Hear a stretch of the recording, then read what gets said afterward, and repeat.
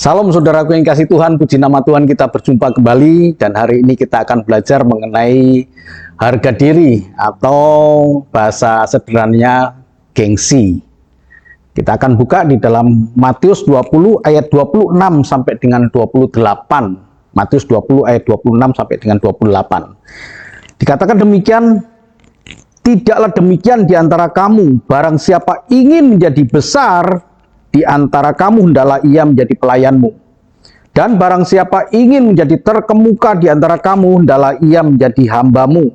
Sama seperti Anak Manusia datang bukan untuk dilayani, melainkan untuk melayani dan untuk menyerahkan nyawanya menjadi tebusan bagi banyak orang. Amin.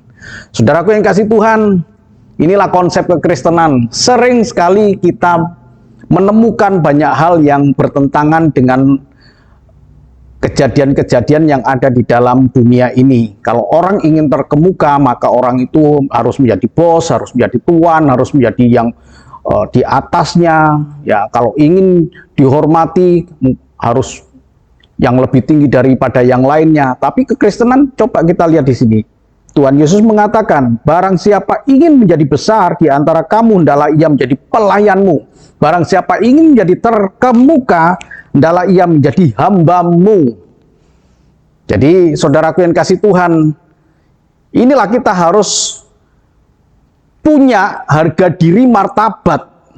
Betul, menjadi orang Kristen harus punya harga diri dan martabat. Tetapi di dalam harga diri dan martabat itu, di dalamnya ada jiwa seorang hamba.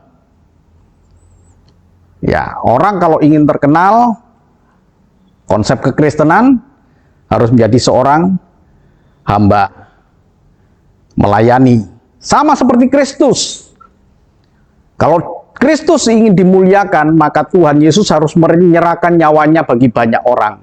Dan di saat itulah, kemudian Tuhan Yesus menyerahkan nyawanya dan memperoleh kembali untuk dimuliakan.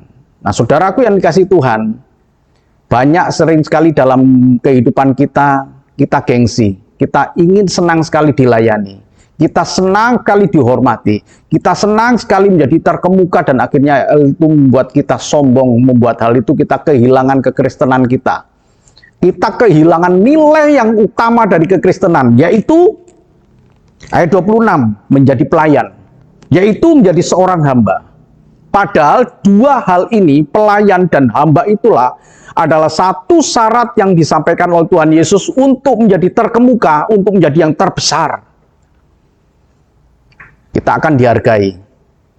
Ya, bukan berarti kita punya rasa minder gitu ya. Bukan, ya. Kita punya nilai yang bermartabat.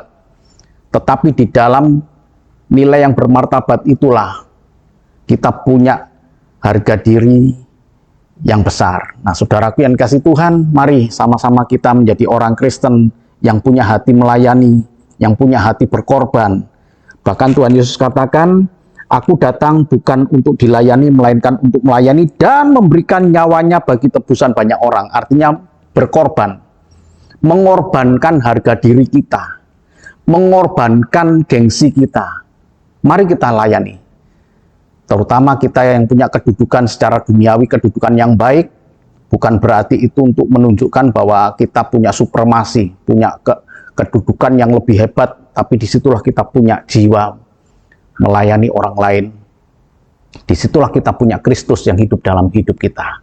Hari ini kita belajar sesuatu hal yang menguras pikiran kita ya dalam kehidupan ini, artinya harga diri kita, gengsi kita harus kita korbankan untuk memperoleh harkat dan martabat di hadapan Tuhan, punya nilai yang tinggi. Dan kita akan menjadi yang terbesar, yang menjadi terkemuka. Karena kita punya jiwa melayani, punya jiwa pelayan, punya jiwa seorang hamba, yaitu melayani orang lain tanpa memedulikan siapa mereka. Kita layani dia. Saudaraku yang kasih Tuhan, mari sama-sama kita punya jiwa Kristus dalam hidup kita ini. Kristus datang bukan untuk dilayani, tapi Kristus datang untuk melayani, bahkan menyerahkan nyawanya bagi kita. kita datang sebagai orang percaya untuk melayani. Kalau Kristus memberikan nyawanya, mungkin kita bisa berkata, aku nggak bisa memberikan nyawanya. Ya, kita berkorban. Ya, itu punya arti berkorban bagi orang lain. Tuhan memberkati. Amin.